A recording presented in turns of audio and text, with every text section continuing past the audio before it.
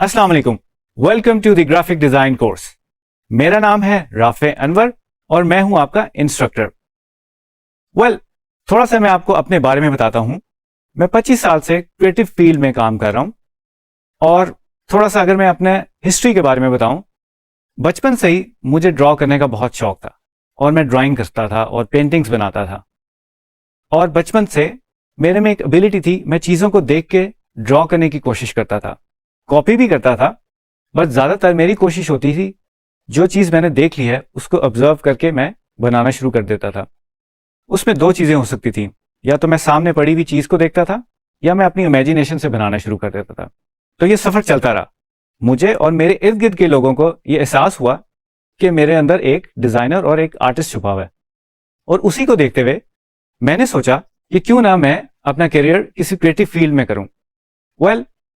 मैंने थोड़ा सा ये भी सोचा कि मैं आर्किटेक्ट बन जाऊं, और उसी लिहाज से मैंने अपने आप को प्रिपेयर करना शुरू कर दिया कि मैं एक दिन आर्किटेक्ट बनूंगा। मैट्रिक करने के बाद मैंने गवर्नमेंट कॉलेज से फाइन आर्ट्स की बेसिस के ऊपर अपना एफए कंप्लीट किया। उसके बाद मैंने नेशनल कॉलेज ऑफ आर्ट्स, जिसे एनसीबी कहा जाता है, लाहौर से अपनी डिग्री कंप्लीट की 2003 में। उस डिग्री का नाम उस वक्त कम्युनिकेशन डिजाइन था और वो एक बैचलर्स की डिग्री थी, जिसे आजकल हम विजुअल कम्युनिकेशन डिजाइन भी कह सकते हैं और ग्राफिक डिजाइन भी कहा जा सकता है। थोड़ा सा नजर दौड़ाते हैं मेरी प्रोफेशनल लाइफ के ऊपर। तो मैट्रिक के फौरन बाद मैंने 11 साल एक इलिस्ट्रेशन बेस्ड कंपनी में काम किया, जहां पे ग्रीटिंग कार्ड्स बनाए जाते थे।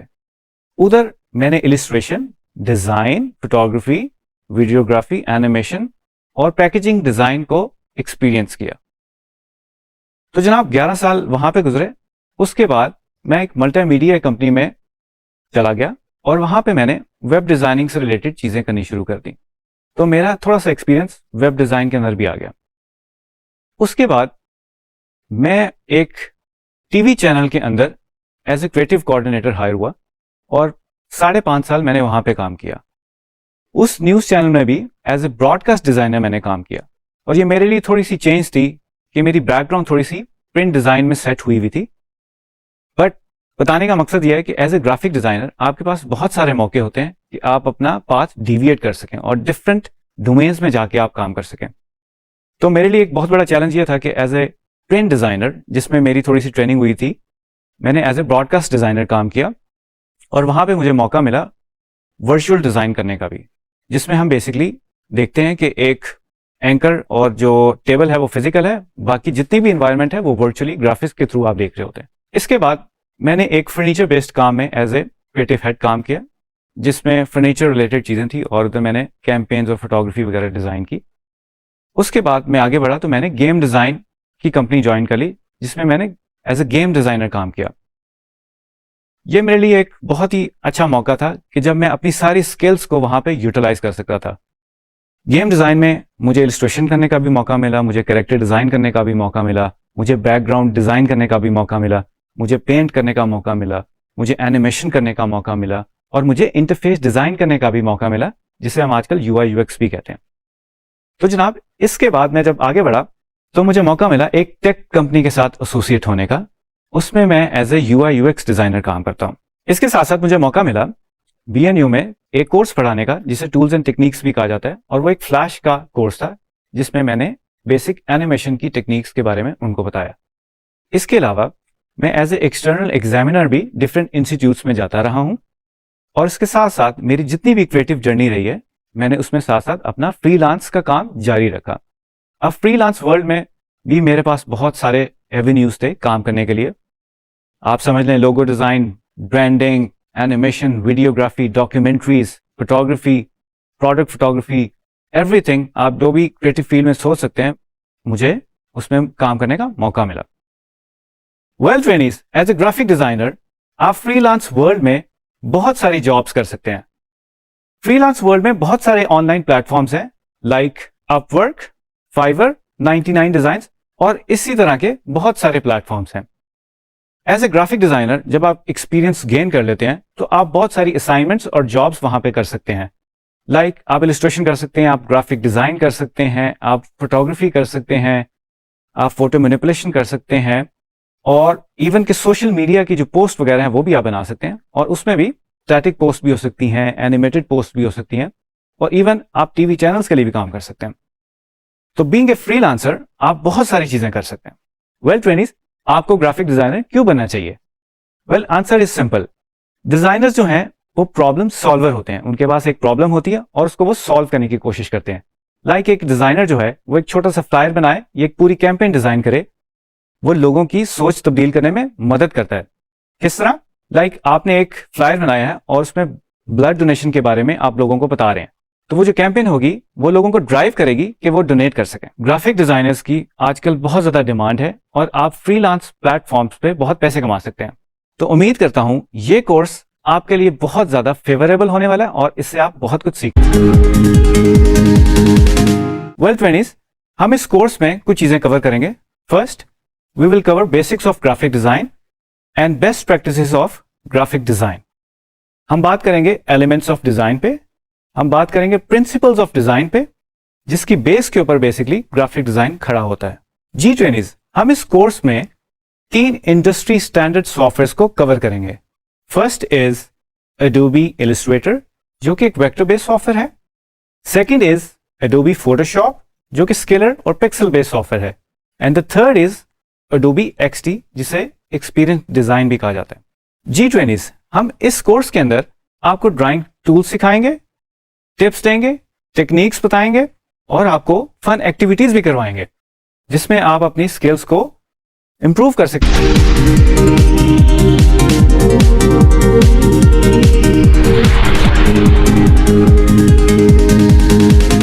What is graphic design? Graphic design is a medium of communication in which we use images, text, symbols, or sounds to convey a message to particular audience. It is a problem-solving activity. It can be plan, map, drawing, or illustration that defines a purpose. Graphic design mainly focuses on delivering a message visually in an artistic way.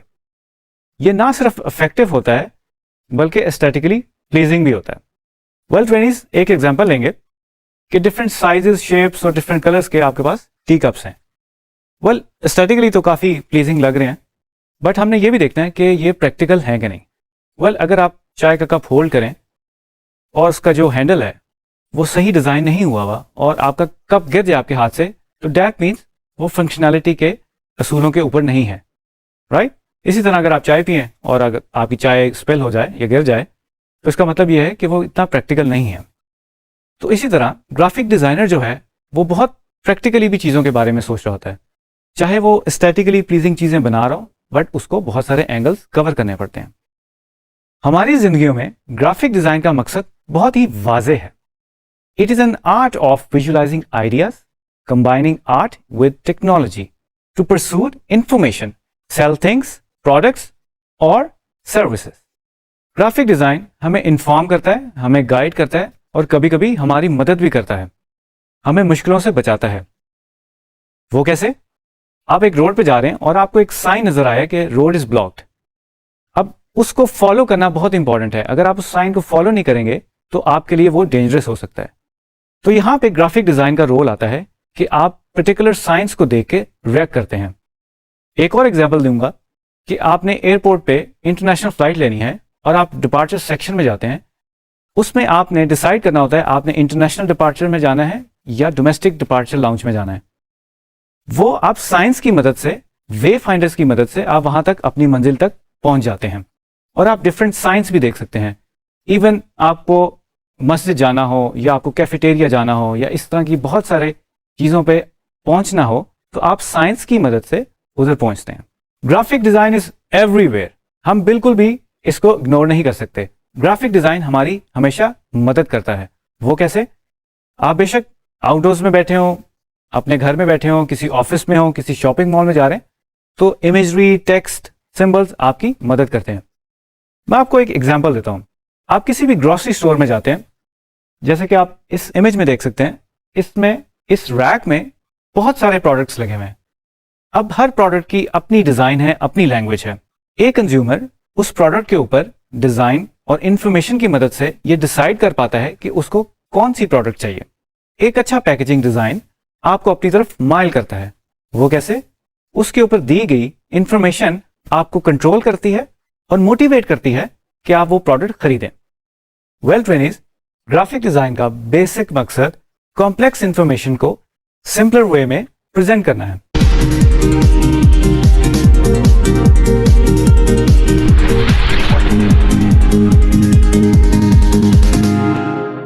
Well trainees, design के और graphic designers के बहुत सारे objectives हैं, बहुत ही important objectives हैं। पहला objective यह है, एक अच्छा ग्राफिक डिजाइनर अपना काम क्लाइंट्स की ब्रीफ और क्लाइंट्स की नीड्स के मुताबिक करता है। ग्राफिक डिजाइनर्स अपना काम इस तरह से प्लान करते हैं कि वो टाइमली डिलीवर भी कर सकते हैं और एफिशिएंट भी होते हैं अपने काम में। एक अच्छे ग्राफिक डिजाइनर को अपना काम बहुत अच्छे तरीके से मैनेज करना आना चाहिए। उसको अपनी डेडलाइंस मीट करनी चाहिए, क्योंकि फ्रीलांस वर्ल्ड में आपको अपनी डेडलाइंस मीट करनी होती है और काम डिलीवर करना होता है टाइम पे। एक और बहुत इंपॉर्टेंट ऑब्जेक्टिव ये है कि डिजाइनर्स को अपने टूल्स के बारे में बहुत ज्यादा नॉलेज होनी चाहिए। अगर आपको अपने टूल्स पे कमांड नहीं है तो आपकी वर्क एफिशिएंसी और प्रोडक्टिविटी बहुत कम हो जाएगी, जो बाद में आपको बहुत अफेक्ट करेगी। तो इसके लिए जरूरी यह है कि आप अपने टूल्स की नॉलेज को बढ़ाएं, जैसे कि हम इस कोर्स में कर रहे हैं। ग्राफिक डिजाइनर की यह बहुत बड़ी एक रिस्पॉन्सिबिलिटी है कि वो अपने क्लाइंट से कम्युनिकेट कर सके। कम्युनिकेशन वर्बल भी हो सकती है और रिटन भी हो सकती है, और फ्रीलांस वर्ल्ड में यह बहुत ज्यादा इंपॉर्टेंट है। जब आप ग्लोबली अपने क्लाइंट के साथ कम्युनिकेट कर रहे होते हैं, आपको कभी कभी वर्बली भी करना पड़ता है और टेक्स्ट बेस्ड भी करना होता है। तो इस लिहाज से अपनी कम्युनिकेशन स्किल्स को भी बढ़ाना होता है। जब क्रिएटिविटी और स्किल मर्ज करती हैं तो एक अच्छा ग्राफिक डिजाइनर बनता है।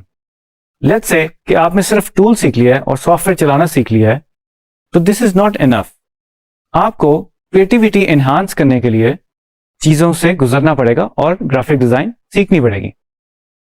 क्या सीखना पड़ेगा? आपको प्रिंसिपल ऑफ डिजाइन सीखना पड़ेगा, एलिमेंट्स ऑफ डिजाइन सीखने पड़ेंगे, टूल सीखने पड़ेंगे। Then you can be a better graphic designer. Well trainees, एक अच्छा ग्राफिक डिजाइनर बहुत ट्रेंडी भी होता है। ट्रेंडी का क्या मतलब है? जितने भी दुनिया में ग्लोबली डिजाइनर्स काम कर रहे होते हैं, वो एक ट्रेंड सेट कर देते हैं, चाहे वो फॉन्ट्स की फॉर्म में हो, चाहे वो कलर्स की फॉर्म में हो, या वो लेआउट्स की फॉर्म में हो। वो एक ट्रेंड सेट कर देते हैं और पूरी दुनिया उसको फॉलो करना शुरू कर देती है। इसी तरह आपके जितने भी सॉफ्टवेयर्स हैं और टूल्स हैं, वो अपडेट होते रहते हैं। हम जो कोर्स पढ़ने जा रहे हैं उसके अंदर भी जितने भी सॉफ्टवेयर्स हैं वो अपडेट होते रहते हैं, उसमें टूल्स भी अपडेट होते रहते हैं।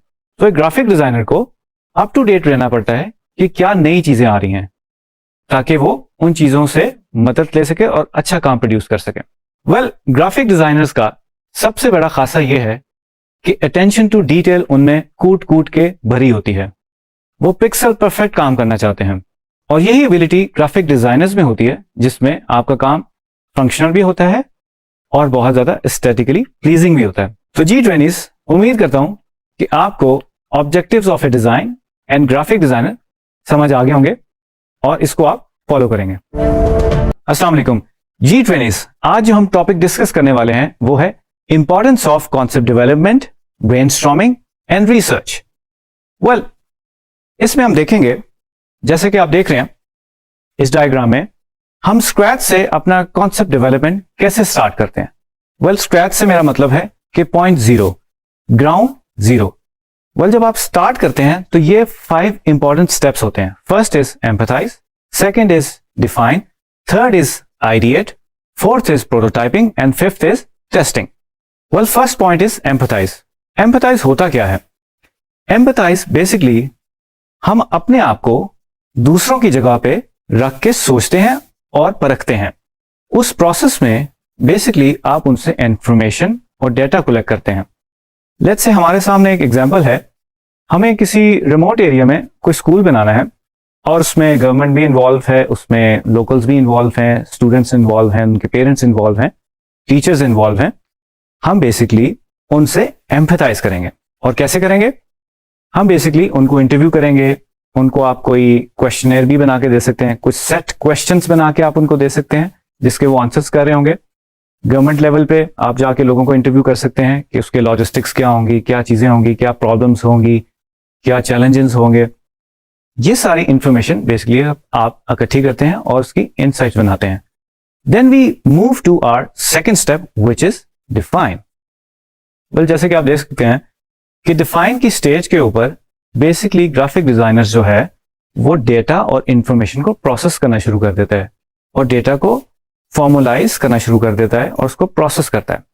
वेल, इसके अंदर बेसिकली आप डिफाइन करते हैं कि आपके क्लाइंट और यूजर की नीड्स क्या हैं, उसको चैलेंजेस क्या हैं, उसको प्रॉब्लम्स क्या हैं.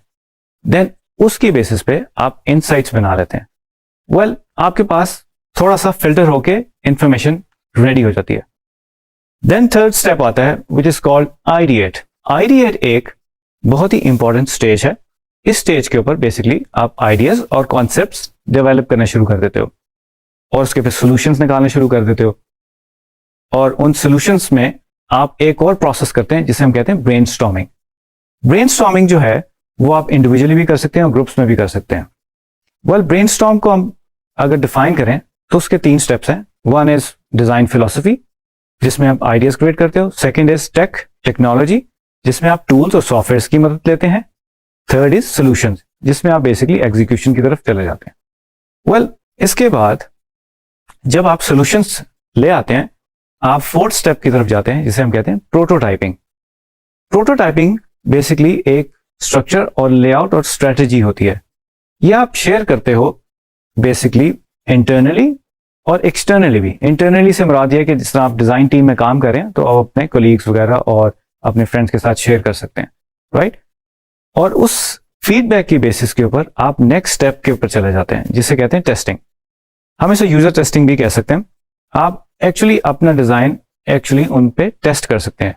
अब ये डिजाइन किसी भी फॉर्म में हो सकता है. ये प्रिंट फॉर्म में हो सकता है, ये एनिमेटेड फॉर्म में हो सकता है, ये वीडियो फॉर्म में हो सकता है. इसकी बहुत सारी शक्लें हो सकती हैं. वेल, टेस्टिंग के लेवल पे क्लाइंट या यूजर अपनी फीडबैक देता है और ये डिजाइनर को हेल्प करता है कि वो फाइनली उसकी लुक एंड फील क्या रखे और उसमें अगर उसने कोई गलतियां कोताहियां की हुई हैं तो वो उसको रेक्टिफाई कर लेता है. तो वेल जनाब, ये है कॉन्सेप्ट डेवलपमेंट का एक प्रोसेस. तो जनाब आगे बढ़ते हैं और बात करते हैं ब्रेनस्टॉर्मिंग के. वेल, ब्रेनस्टॉर्मिंग है क्या चीज? Well, brainstorming is a creative process to generate ideas and come up with solution for problems.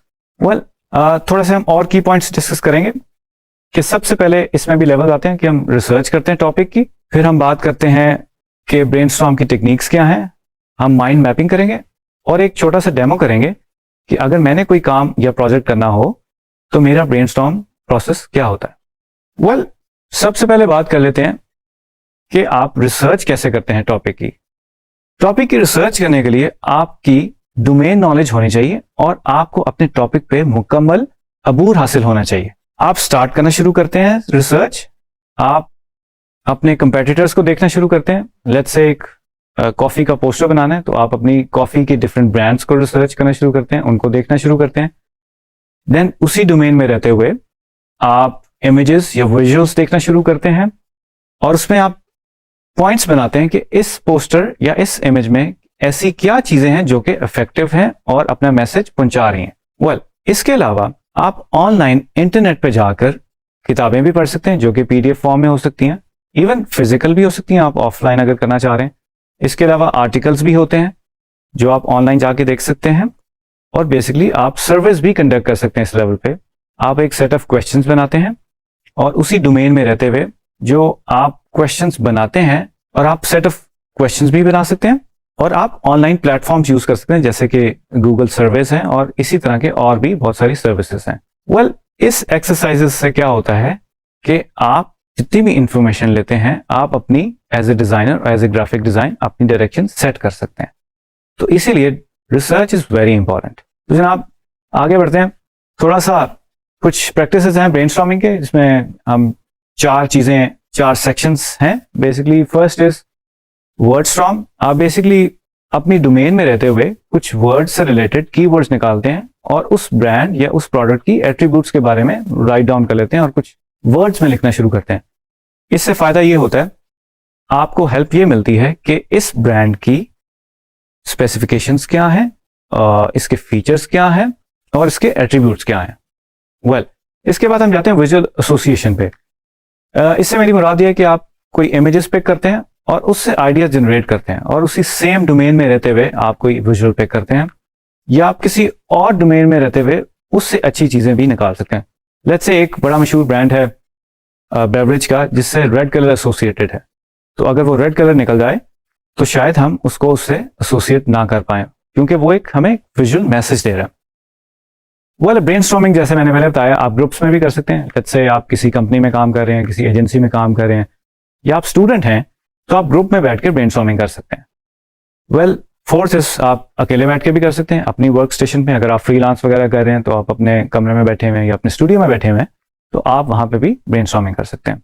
Well जनाब, आगे बढ़ते हैं। बहुत ही इंपॉर्टेंट चीज आ जाती है माइंड मैपिंग रिसर्च के बाद। What is mind mapping? Mind mapping is a web of information that connects your idea with each other to generate ideas. Well, कोई भी असाइनमेंट और काम करने से पहले या आप डिजाइन अटेम्प्ट करने लगे हैं, आप अपने आइडियाज पेपर के ऊपर लेके आते हो और उसे ड्रॉ करना शुरू कर देते हो। जैसे कि आप इस इमेज में भी देख सकते हैं कि सेंटर के अंदर आपकी जो है मेन चीज है और उससे कुछ लाइंस निकल रही हैं और आप डिफरेंट चीजें उसके बारे में लिख रहे हैं जिससे आप आइडिया जनरेट कर रहे हैं। Well trainees, what is my brainstorm process? मैंने जब भी कोई चीज डिजाइन करनी हो, लेट्स से मैंने कॉफी शॉप का पोस्टर डिजाइन करना है, तो मैं क्या करूंगा, जैसा कि आप देख रहे हैं इमेज में, सबसे पहले मैं सेंटर के अंदर अपना रखूंगा कि I have to make a poster for a coffee shop. Then मैं प्रॉब्लम्स में चला जाऊंगा। किसकी प्रॉब्लम्स क्या है? हो सकता है वो कॉफी बहुत एक्सपेंसिव हो, लेकिन हम जिस चीज को एनहांस करना चाह रहे हैं वो उसका टेस्ट हो, टेस्ट की रिचनेस हो, उसको बेसिकली हम अपनी विजुअल लैंग्वेज में लेकर आए। देन उसके साथ चैलेंजेस क्या जुड़े हैं। उसके बाद जी आ जाता है टारगेट ऑडियंस, कि वो जो कॉफी है मैंने सेल किसको करनी है, वो टीन्स हैं या एडल्ट्स हैं। जेंडर बेस्ड अगर हम करें, वो मेल हैं फीमेल है, तो लेट्स से हम टीन्स और एडल्ट्स को करें, और जेंडर भी दोनों ही हैं, फीमेल, मेल और फीमेल। एंड देन हम कंटिन्यू करते हैं फिर ग्राफिक स्टाइल्स में। ग्राफिक स्टाइल से मेरी मुराद ये है कि उसका कलर क्या होगा, उसकी स्टाइलिंग कैसी होगी, उसका टेक्सचर कैसा होगा, हम फॉन्ट्स कौन सी चूज करेंगे, जिस डोमेन में रहते हुए आप काम कर रहे हैं क्या वो फॉन्ट्स उसके साथ जा रहे हैं कि नहीं जा रहे। फॉन्ट सिलेक्शन की मैं बात कर रहा हूं कि हम कैसे फॉन्ट सेलेक्ट करते हैं, वो थोड़ी सी उस पर रिसर्च करते हैं। देन आप आगे बढ़ जाते हैं आइडिएशन और कॉन्सेप्ट पे, आप आइडियाज निकालने शुरू कर देते हैं। लेट्स से ये जो मैं पोस्टर बनाना चाह रहा हूं कॉफी शॉप के लिए, जो मेरा आइडिया है उसको सपोर्ट करने के लिए हो सकता है मैं इलिस्ट्रेशन बेस्ड कोई काम करूं जो कि मेरी आइडिया को सपोर्ट करे। ये भी हो सकता है कि शायद मेरा आइडिया इलिस्ट्रेशन को सपोर्ट ना कर रहा हूं, then I have to take up the photography. हो सकता है इस केस में फोटोग्राफी रीडू करने पड़े, क्योंकि हो सकता है आपको लगे कि आपकी जो प्रोडक्ट है वो सही तरीके से नजर नहीं आ रही, तो देन शायद आप फोटोग्राफी दोबारा करें, या गिवन आपके पास फोटोग्राफी पहले से ही है और किसी फोटोग्राफी ने आपको फोटोग्राफी एड की है, तो आप उसी को बेस बनाते हुए आगे चलेंगे। वेल, इस सारे प्रोसेस में एंड में आ जाता है कंटेंट, कि आप उसके ऊपर मैसेज क्या देना चाह रहे हैं।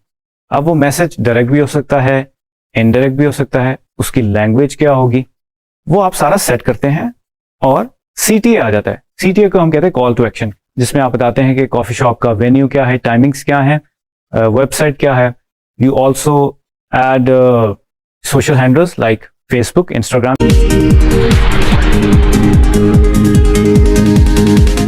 जी ट्रेनिज, तो आज हम हाजिर हैं एक और एक्साइटिंग टॉपिक के साथ, which is difference between creativity and skill. तो ट्रेनिज, क्रिएटिविटी क्या होती है? Creativity is a mindset to explore and try new things and not to be afraid. You create your own ideas and come up with innovative solutions.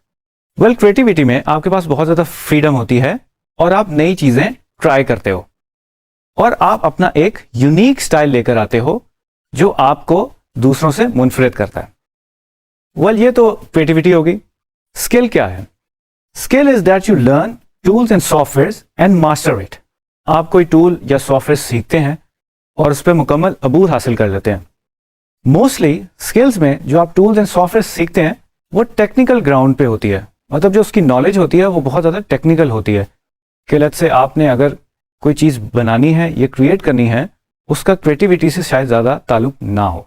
Well, creativity का process क्या है? Well, creativity is a process that forces you to do your best and let you get out of your comfort zone. Well, इसका मतलब क्या है कि market में आप जो भी काम देखते हैं वो शायद टिपिकल नजर आए, तो आप जरा हट के काम करने की कोशिश करते हो। तो इसलिए आप अपने आप को इस तरह प्रिपेयर करते हैं और अपने आप को इतना पुश करते हैं कि आप कोई क्रिएटिव चीज प्रोड्यूस कर सकें। तो जनाब, एक अच्छा ग्राफिक डिजाइनर आप कैसे बन सकते हैं? To become a complete graphic designer like an allrounder, जैसा एक क्रिकेट में एक ऑलराउंडर होता है जो बैटिंग भी करता है और बॉलिंग भी करता है, तो उसी तरह ग्राफिक डिजाइनर अपने आप को टूल से इक्विप करता है और क्रिएटिवली चीजों को देखता है। वेल, सिर्फ स्किल से आप आगे नहीं बढ़ सकते एज ए ग्राफिक डिजाइनर। तो ट्रेनिज, जब क्रिएटिविटी स्किल मर्ज होती हैं तो आप एक अच्छे डिजाइनर बन सकते हैं। वेल, एक और बड़ा इंपॉर्टेंट सवाल है, क्या ड्राइंग और स्केचिंग ग्राफिक डिजाइन बनने के लिए जरूरी है? Well trainees, in my opinion it's not mandatory, but if you can learn this as early as possible, which is good for your future work and clients. इसमें ऐसा है कि अगर आपको स्केचिंग और ड्राइंग बिल्कुल नहीं आती तो कोई मसला नहीं है, you can still become a graphic designer. But अगर आपके पास ये स्किल हो, आप ड्रॉ कर सकें, आप स्केच कर सकें, तो ये आपकी बहुत मदद करेगा। मदद कैसे करेगा? क्योंकि इंटरनेट पे और फ्रीलांस वर्ल्ड में बहुत सारे काम जो हैं वो डिफरेंट नौयत के होते हैं, डिफरेंट नेचर के होते हैं। उसमें इलस्ट्रेशन बेस्ड काम भी होता है, उसमें स्केचिंग भी होती है, उसमें स्टोरी बोर्डिंग भी होती है। अपनी बात, अपना कॉन्सेप्ट समझाने के लिए आपको कुछ ड्रॉ करना पड़ जाता है। तो अगर आप अपने आप को ड्राइंग और स्केचेस से इक्विप कर लेंगे तो आपके लिए प्लस होगा। तो ट्रेनिस, उम्मीद करता हूं कि आपको क्रिएटिविटी और स्किल का डिफरेंस समझ में आ गया होगा। तो मिलेंगे एक नई वीडियो के साथ।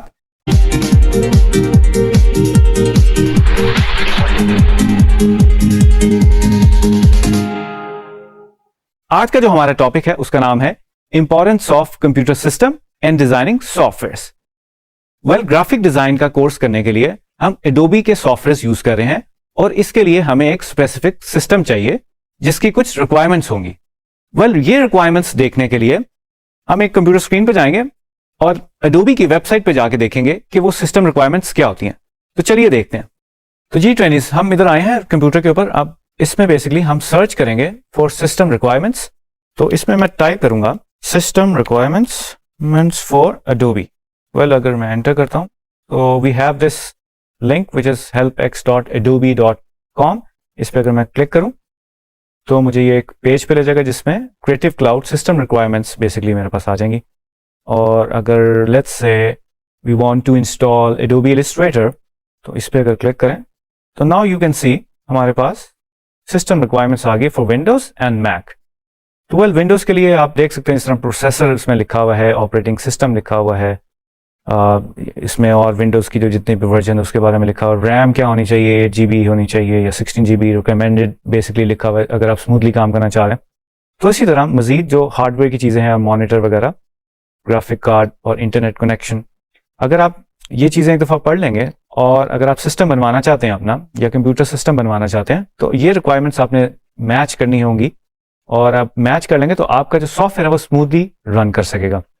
अगर विंडोज में हमने एडोबी इलस्ट्रेटर इंस्टॉल करना तो उसकी रिक्वायरमेंट्स है। लेट्स से आप इसको मैक में करना चाह रहे हैं, उसके लिए आप देख सकते हैं उसकी भी रिक्वायरमेंट्स यहाँ पे लिखी हुई है। Processor, operating system, of course जो सिस्टम होता है वो अपडेट होता रहता है, तो उसको भी आपको देखना पड़ेगा कि आपके पास वर्जन कौन सा है मैक ओएस का, राइट। वेल, उसके अलावा रैम, हार्ड ड्राइव, मॉनिटर की क्या रेजोल्यूशन होनी चाहिए, आपका ग्राफिक कार्ड कैसा होना चाहिए, राइट। और इंटरनेट कनेक्शन बहुत इंपॉर्टेंट है। ऑफ कोर्स ऑनलाइन काम करना तो आपको एक अच्छा इंटरनेट भी चाहिए। वेल, ये थी कुछ basic system requirements for Windows and Mac, और मैं उम्मीद करता हूं कि आपका सॉफ्टवेयर जो है वो स्मूथली चलेगा अगर आप थोड़ा सा इसको फॉलो कर लेंगे। और अगर आपको किसी भी किस्म की हेल्प चाहिए हो एडोबी से रिलेटेड तो आप helpx.adobe.com पे जाकर कुछ भी सर्च करेंगे, आपको हेल्प मिल सकती है। Thank you.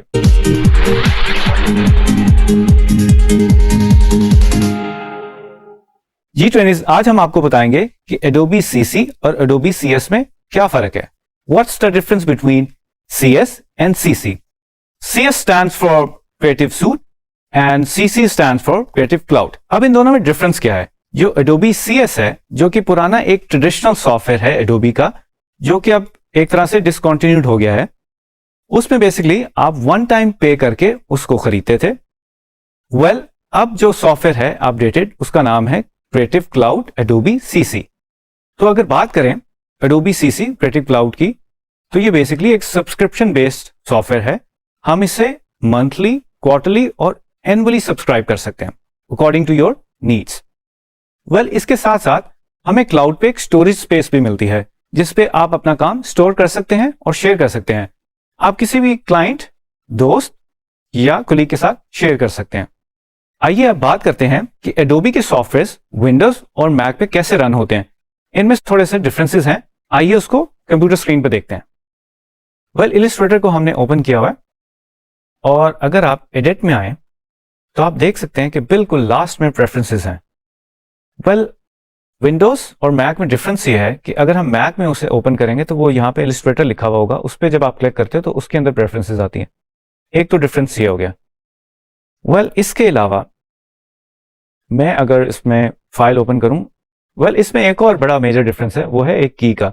विंडोज में आप कंट्रोल की यूज करते हैं और मैक में कमांड की। वेल, मैं आपको क्विकली करके दिखा देता हूं। अगर मैं ये बॉक्स लगाता हूं और उसको कॉपी करना चाहता हूं, कंट्रोल C में प्रेस करूंगा और कंट्रोल V करूंगा तो ये पेस्ट हो जाएगा। वेल, यही ऑपरेशन आप मैक में कमांड के साथ कर सकते हैं, command C and command B।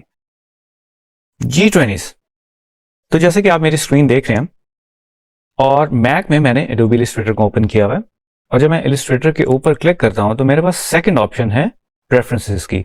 तो अभी हमने देखा कि विंडोज के अंदर जो प्रेफरेंसेस है वो एडिट के मेन्यू में आती है और इसके अंदर हम इलस्ट्रेटर के मेन्यू में देख सकते हैं। राइट, इधर से फिर आप अपने मुताबिक चेंजेस कर सकते हैं। वेल ट्वेनिस, अगर आप मैक यूजर हैं और हमारी वीडियोस को फॉलो करेंगे तो आपको पता लग गया होगा कि डिफरेंस सिर्फ कमांड और कंट्रोल का है और कोई मेजर डिफरेंस नहीं है। तो उम्मीद करता हूं कि आप सीखते रहेंगे और आगे बढ़ते रहेंगे।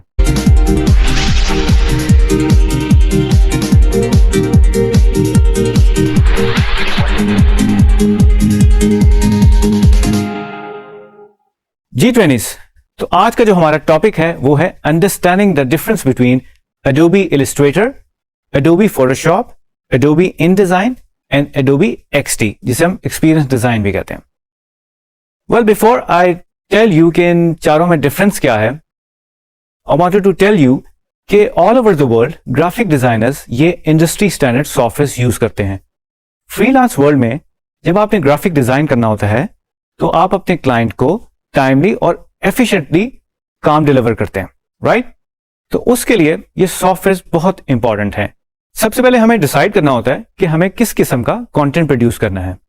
देन हम डिसाइड करते हैं कि हमें एडोबी फोटोशॉप पे काम करना है, इलस्ट्रेटर पे काम करना है, InDesign में काम करना है या XD में काम करना है।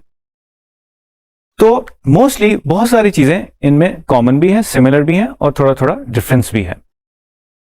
तो अगर मैं एडोबी फोटोशॉप की बात करूं तो उसकी हिस्ट्री ऐसे है कि एडोबी ने ये सॉफ्टवेयर इसलिए इंट्रोड्यूस किया था ताकि हम इमेजेस को ट्वीट कर सकें। वेल, फोटोशॉप में मेजरली बहुत सारा काम ऐसा होता है जिसमें हम इमेजेस को ट्वीट कर सकते हैं, उसको एडजस्ट कर सकते हैं, हम फोटो टचिंग कर सकते हैं और बहुत सारी चीजें कर सकते हैं। वेल, इसके अलावा हम फोटोशॉप में मैगजीन टाइटल्स भी बना सकते हैं, एनिमेटेड जिफ्स भी बना सकते हैं, पेंटिंग्स भी बना सकते हैं और बहुत सारी चीजें।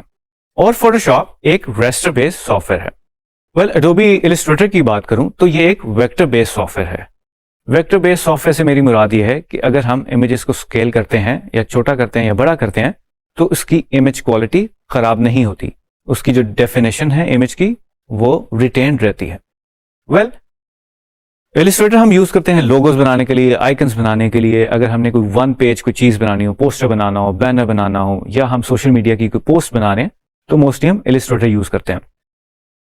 इलस्ट्रेटर की एक और खासियत यह है कि अगर आपको हाईली एडिटेबल काम करना है पार्ट्स एंड पॉइंट्स के साथ तो आप एडोबी इलस्ट्रेटर का यूज करते हो और हम इसमें वेक्टर इलस्ट्रेशंस भी बना सकते हैं। वेल, अगर मैं बात करूं एडोबी InDesign की तो मोस्टली ये भी एक वेक्टर और रेस्टर का कॉम्बिनेशन है कि हम इसमें शेप्स भी बना सकते हैं, हम इसके अंदर इमेजेस भी प्लेस कर सकते हैं, हम इसके साथ टाइपों के साथ भी प्ले कर सकते हैं। वेल, एडोबी InDesign हमें ये पावर देता है कि हम इसमें मैगजीन्स बना सकें, कैटलॉग्स बना सकें, कंसिस्टेंट लेआउट्स बना सकें और इसकी स्टाइलिंग कर सकें। वो जो फोर्थ सॉफ्टवेयर हमारा XD, इसके अंदर हम वेबसाइट की लेआउट्स बना सकते हैं, हम इसके अंदर प्रोटोटाइपिंग कर सकते हैं, हम इसमें ऐप डिजाइनिंग कर सकते हैं। तो जनाब, ये तो डिफरेंस था इन चार सॉफ्टवेयर के दरमियान में। अब हम आगे बढ़ते हैं। तो जनाब, बात कर लेते हैं कि वेक्टर ग्राफिक्स और रेस्टर बेस्ड ग्राफिक्स में क्या फर्क है। वेल, जैसे कि आप इस इमेज में देख सकते हैं, वेक्टर जो है वो पॉइंट बेस्ड ग्राफिक है और रेस्टर जो है वो पिक्सल बेस्ड ग्राफिक है। वेल, अगर वेक्टर और रेस्टर को मैं कंपेयर करूं तो multiple reference points and curves के साथ वेक्टर मिलकर बना होता है और जो रेस्टर है वो एक पिक्सल बेस्ड है। अगर मैं स्केलेबिलिटी की बात करूं, स्केलेबिलिटी से मेरी मुराद ये कि अगर मैंने अपने इमेज को एनलार्ज करना हो, उसका साइज इंक्रीज करना हो या डिक्रीज करना हो, तो उसकी क्वालिटी पे क्या फर्क पड़ेगा। वेल, वेक्टर में जब हम अपने ग्राफिक्स को या किसी भी शेप को एनलार्ज करते हैं, उसका साइज इंक्रीज करते हैं, तो वो अपनी क्वालिटी मेंटेन रखता है। इसकी एग्जांपल ऐसे है कि अगर हम एक छोटा सा लोगो बना रहे हैं जो कि विजिटिंग कार्ड के ऊपर है और वही लोगो हम एक बड़ी सी होर्डिंग या डिस्प्ले के ऊपर जो 30 बाय 60 फीट की होती है उसके ऊपर प्लेस कर रहे हैं, तो जाहिर है उसका साइज इंक्रीज हो जाएगा और उसमें क्या होगा, उसमें उसकी क्वालिटी मेंटेन रहेगी, उसकी डेफिनेशन मेंटेन रहेगी, right. On the other hand, अगर हम फोटोशॉप में किसी भी इमेज को स्केल करना चाहें या उसका साइज इंक्रीज करना चाहें या डिक्रीज करना चाहें, तो उसमें प्रोबेबिलिटी ये है कि उसकी इमेज क्वालिटी खराब हो जाएगी। खराब से मेरी मुराद ये है कि वो हमें पिक्सेलेटेड नजर आएगा और उसकी इमेज क्वालिटी कॉम्प्रोमाइज नजर आएगी, राइट। वेल, कन्वर्टिबिलिटी की बात कर लेते हैं कि लेट्स से मैंने वेक्टर को रेस्टर में कन्वर्ट करना है। वो कैसे करना होगा, लेट्स से कि मैं अपने ग्राफिक को पीएनजी या जेपीईजी में कन्वर्ट कर रहा हूं, तो वो एक इमेज फॉर्म में कन्वर्ट हो जाएगा जो कि एक रेस्टर बेस्ड चीज है। वेल, उसके अंदर हम कर सकते हैं, वेक्टर को हम रेस्टर में कन्वर्ट कर सकते हैं। ऑन द अदर हैंड, अगर मैं फोटोशॉप में अपने इमेज को वेक्टर में कन्वर्ट करना चाहता हूं तो ये मुमकिन नहीं होगा, राइट। जनाब, फाइल फॉर्मेट्स की बात कर लेते हैं और सोर्स फाइल्स की बात कर लेते हैं। एडोबी इलस्ट्रेटर की सोर्स फाइल होती है AI, राइट, और फाइल फॉर्मेट्स हम इसमें से अचीव कर सकते हैं EPS, SVG और PDF। Well, on the other hand, Photoshop की जो सोर्स फाइल होती है उसका फाइल फॉर्मेट होता है PST। वेल, इससे भी हम डिफरेंट फाइल फॉर्मेट्स अचीव कर सकते हैं। लेट्स से JPEG निकाल सकते हैं आप, PNG एक्सपोर्ट कर सकते हैं आप, GIF इंपोर्ट कर सकते हैं आप, BMP इंपोर्ट कर सकते हैं और बहुत सारे फाइल फॉर्मेट्स आप अचीव कर सकते हैं। जी ट्रेनीज, उम्मीद करता हूं कि आपको वेक्टर और रेस्टर के डिफरेंस का पता चल गया होगा और हमने थोड़ा सा सोर्स फाइल्स पे भी बात की है, जैसे कि इलस्ट्रेटर की जो सोर्स फाइल है दैट इज AI, फोटोशॉप की जो सोर्स फाइल है that is PST, in design की जो सोर्स फाइल है वो है INDD और XD की इज XD, राइट। तो जनाब, अब हम अपनी कंप्यूटर स्क्रीन पे चलते हैं और उस पर देखते हैं कि मैं जब अपने ग्राफिक्स को वेक्टर में स्केल करता हूं और अगर फोटोशॉप में स्केल करता हूं तो उनमें क्या फर्क है, राइट। तो चलते हैं अपने कंप्यूटर स्क्रीन की तरफ और देखते हैं। जी, तो मैंने एक फाइल ओपन की है जिसमें आप देख रहे हैं ये कुछ कैरेक्टर्स हैं ऑक्टोपस के, बड़े मजे के कैरेक्टर्स हैं। इसको हम देखेंगे इलस्ट्रेटर में कि ये एक वेक्टर बना हुआ और जब मैं इसको सेलेक्ट करता हूं, नाउ यू कैन सी हमारे पास डिफरेंट नोड्स हैं, पाथ्स हैं। तो वेल, इसको मैं थोड़ा सा जूम इन करता हूं मैग्नीफाइंग की ग्लास की मदद से। इसको मैं अगर सिर्फ ड्रैग कर दूं, you can see the plus sign, और इसकी अगर हम एजेस देखें, नाउ यू कैन सी कि इसकी एजेस बिल्कुल क्रिस्प नजर आ रही हैं आपको, इसमें कोई क्वालिटी कॉम्प्रोमाइज नहीं हुई हुई। और इसकी मजेदार बात यह भी है कि मैं अगर इसको स्केल करता हूं तो क्वालिटी रिमेन सेम। इसको फिर दोबारा हम जरा जूम करते हैं, नाउ यू कैन सी इसका जो एज है उसकी क्वालिटी कैसी है, राइट। तो जनाब, हम इसी को अगर फोटोशॉप में खोलें इसी इमेज को, तो क्या सिचुएशन बनती है। वेल, हमें इसको थोड़ा सा प्रिंट साइज में जज करना होता है। जो हमारा एक्चुअल साइज होता है फोटोशॉप में वो हमें बेसिकली एक्चुअल पिक्सल की डेफिनेशन देता है। तो अगर मैं इसको जूम करूं with the help of my magnifying glass और ड्रैग करूंगा, तो now you can see these pixelated edges are appearing. तो इसकी एक तो वजह यह है कि एक तो पिक्सल बेस्ड सॉफ्टवेयर है, दैट्स व्हाई हमें ऐसे नजर आ रहा है। दोनों की टेक्नोलॉजीज में फर्क है, वो वेक्टर बेस्ड है इलस्ट्रेटर और फोटोशॉप पिक्सल बेस्ड है। तो जनाब, एक तो छोटा सा डेमो ये हुआ कि वेक्टर और रेस्टर में फर्क क्या है, बट दैट डजंट मीन कि फोटोशॉप में लोग काम नहीं करते। फोटोशॉप में बहुत सारी चीजें बनाते हैं। फोटोशॉप में आप टाइप के साथ भी प्ले कर सकते हैं, आप इमेज के साथ प्ले कर सकते हैं, आप इवन एनिमेटेड जिफ भी बना सकते हैं। फोटोशॉप में मोस्टली आप पहले से डिसाइड करते हैं कि आप अपने कैनवस और आर्टबोर्ड का डायमेंशन या साइज क्या रखेंगे। वेल फ्रेंड्स, उम्मीद करता हूं कि आपकी अंडरस्टैंडिंग डेवलप होगी कि एडोबी इलस्ट्रेटर, फोटोशॉप और इन डिजाइन में क्या डिफरेंस है। और इसके अलावा वेक्टर और रेस्टर में क्या फर्क है। थैंक यू, नई वीडियो के साथ दोबारा मिलेंगे।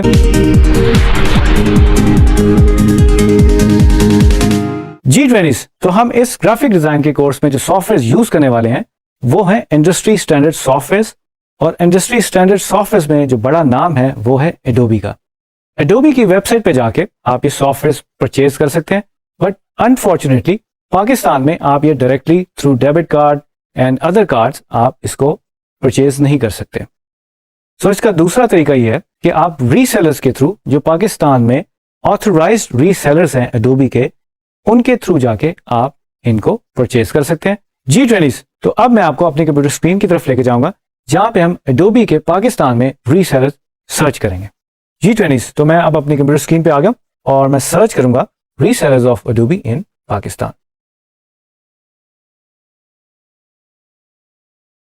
ओके जी, तो सर्च लिस्ट में हमारे पास आ गए एडोबी पार्टनर फाइंडर्स, इस पर मैं क्लिक कर दूंगा। Okay, so now I am going to find it, और मैं फाइंड के लिंक के ऊपर क्लिक कर दूंगा। ओके, नाउ लेफ्ट पे हमारे पास एक और सर्च फिल्टर का एक बेसिकली पैनल है। इसमें अगर हम P प्रेस करें तो पाकिस्तान आ जाएगा, और आप टाइप भी कर सकते हैं, and I will go to find. There you go, so we have multiple resellers in Pakistan, और आप इनको सिटी वाइज सर्च कर सकते हैं। यू कैन कॉन्टेक्ट देम, और इनकी जो कॉन्टेक्ट डिटेल्स हैं, वेबसाइट और ईमेल जो है वो हमें नजर आ रही है, और इवन हमें एड्रेस भी नजर आ रहा है कि किस जगह पे है। कराची भी इसका एड्रेस आ रहा है। तो we have different resellers in Pakistan. आप इनको कांटेक्ट कर सकते हैं, और इनके थ्रू जो है आपके जो रिक्वायर्ड सॉफ्टवेयर हैं वो आप परचेज कर सकते हैं। G20 तो आफ्टर फाइंडिंग योर रीसेलर्स, और जब आपने उनको कांटेक्ट कर लिया होगा तो आप उनसे प्राइस भी नेगोशिएट कर सकते हैं। आप मल्टीपल रीसेलर से प्राइस ले सकते हैं, and you can purchase from the best one. ठीक है जी, और इसके अलावा आप अपने रीसेलर से गाइडेंस भी ले सकते हैं फॉर द इंस्टॉलेशन, यानी कि जितने भी सॉफ्टवेयर आप अपने कंप्यूटर में इंस्टॉल करवाना चाहते हैं उसकी गाइडेंस भी वो आपको दे सकते हैं। तो इस चैनल के अलावा मार्केट में जितने भी एडोबी के सॉफ्टवेयर हैं, या तो वो इलीगल हैं या पायरेटेड कॉपीज हैं। तो आई हाईली रिकमेंड कि आप प्रॉपर रीसेलर से अपने सॉफ्टवेयर परचेज